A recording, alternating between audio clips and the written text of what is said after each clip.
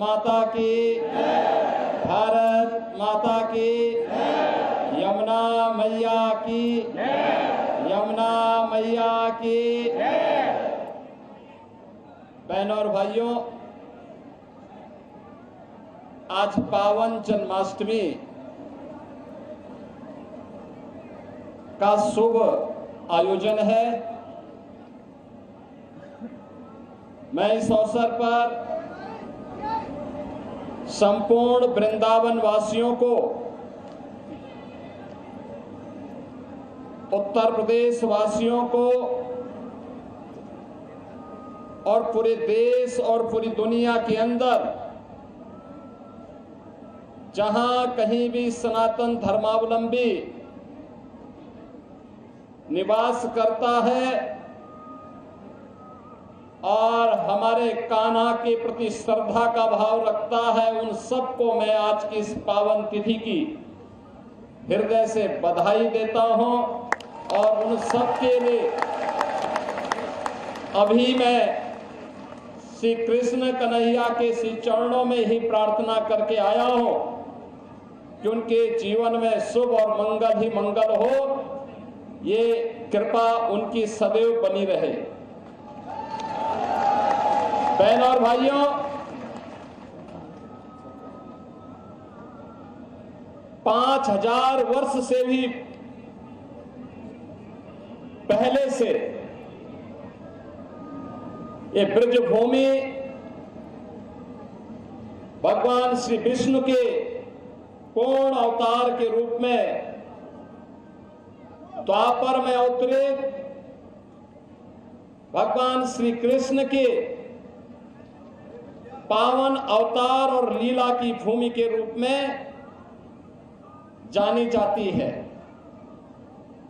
ये हम सब उत्तर प्रदेश वासियों का सौभाग्य है कि भगवान श्री विष्णु के जो अनेक अवतार हुए हैं, उन्होंने अपने अवतार से उत्तर प्रदेश की भूमि को बार बार कृतार्थ किया है। अगर अयोध्या से राम जन्मभूमि के रूप में जानी जाती है, तो हमारी मथुरा भगवान श्री कृष्ण के पावन अवतरण की भूमि है। भगवान श्री कृष्ण ने अपनी संपूर्ण लीला इसी ब्रज क्षेत्र में, यहां पर उनकी लीला को देखने जानने का सौभाग्य इस ब्रजभूमि को प्राप्त हुआ। आज भी यहां के रज रज में, कण कण में श्री कृष्ण की भक्ति, राधा रानी की शक्ति के दर्शन इस ब्रजभूमि में हम सबको होते हैं। जो भी कृष्णमय हुआ, उसने अपने जन्म और जीवन को धन्य कर दिया। बहन और भाइयों, ये हमारा सौभाग्य है कि मुझे पिछले 8-9 वर्षों से हर वर्ष 2 बड़े आयोजनों में यहां पर साक्षी बनने का अवसर प्राप्त होता है। जन्माष्टमी का पावन पर्व भी और बरसाना में रंगोत्सव के पावन आयोजन में भी। जय श्री राधे। और इसीलिए हमारी सरकार ने तय किया कि हम लोग मथुरा, वृंदावन, बरसाना, गोकुल, बलदेव, गोवर्धन और राधा कुंड को तीर्थ के रूप में उसकी पौराणिक मान्यता को फिर से बहाल करेंगे। डबल इंजन की सरकार प्रधानमंत्री मोदी जी के मार्गदर्शन और नेतृत्व में इस पूरे अभियान के साथ पूरी प्रतिबद्धता के साथ लग करके अपनी आध्यात्मिक विरासत के संरक्षण के लिए और श्रद्धालु जनों की सुविधा के लिए अत्याधुनिक विकास के लिए प्रतिबद्ध है। ब्रज क्षेत्र के विकास के लिए ब्रज तीर्थ विकास परिषद यहां पर कार्य कर रहा है। सभी माननीय हमारे जनप्रतिनिधिगण मार्गदर्शन दे रहे हैं और कृष्ण कन्हैया की कृपा जो है यह क्षेत्र विकास के नित नए प्रतिमान को स्थापित कर रहा है। आज उत्तर प्रदेश अपनी आध्यात्मिक विरासत और अत्याधुनिक विकास के लिए देश और दुनिया के अंदर एक नए प्रतिमान को स्थापित कर रहा है। और आज ही मेरा सौभाग्य है कि जन्माष्टमी के अवसर पर मुझे स्वयं कहना कि इस पावन जन्मस्थली पर आने का सौभाग्य प्राप्त हुआ है। आप सभी के दर्शन भी हुए।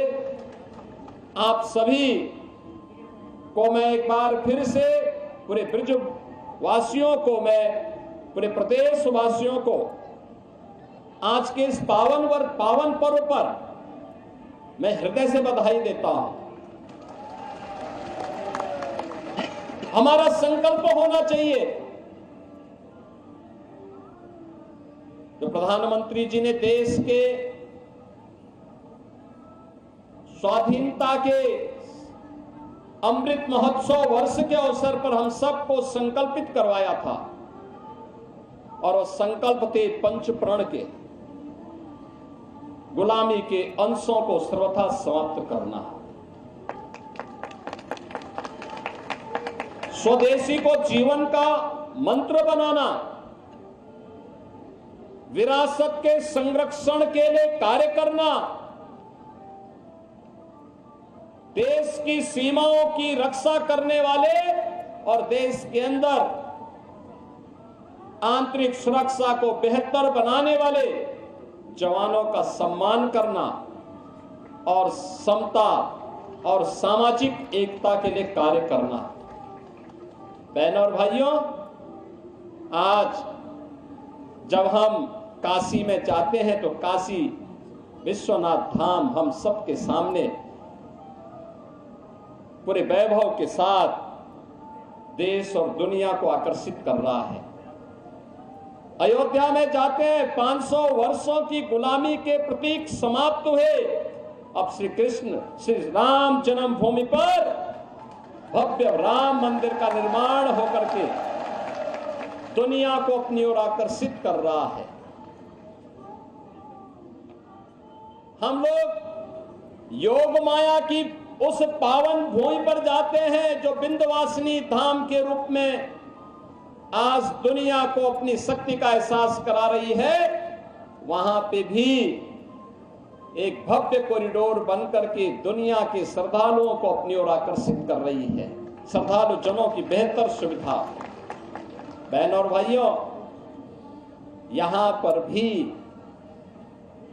श्रद्धालु जनों को, आने वाली कोटि कोटि श्रद्धालु जनों की सुविधा के साथ ही 5000 वर्ष से अधिक की पौराणिक विरासत के संरक्षण के लिए आधुनिक विकास की प्रक्रिया के साथ जोड़ने के इस अभियान के साथ हम सबको मिलकर के कार्य करना होगा। याद करना उन दुष्प्रवृत्तियों से जो देश को कमजोर करना चाहती हैं, जाति के नाम पर, क्षेत्र के नाम पर, भाषा के नाम पर, किसी अन्य वाद के आधार पर। उनसे सावधान होना होगा। गौ संरक्षण के लिए अपने आप को समर्पित करना होगा और गौ संरक्षण का आदर्श केंद्र भी आज के दिन पर हमारा ये मथुरा वृंदावन बना हुआ है। यहां पर अनेक बड़ी बड़ी गौशालाएं काम कर रही हैं और इसीलिए डबल इंजन की सरकार ने व्यवस्था की है कि निराश्रित गौ आश्रय स्थल पर कोई भी गाय रहेगी, कोई किसान, कोई अन्नदाता किसान अगर उसका संरक्षण करता, उसका लालन पालन करता है तो सरकार उस परिवार को, उस किसान परिवार को 1500 रुपये हर महीने उस गौ माता की सेवा के बदले उपलब्ध करवाएगा। 16 लाख से भी गौवंश का संरक्षण वर्तमान में प्रदेश के अंदर किया जा रहा है।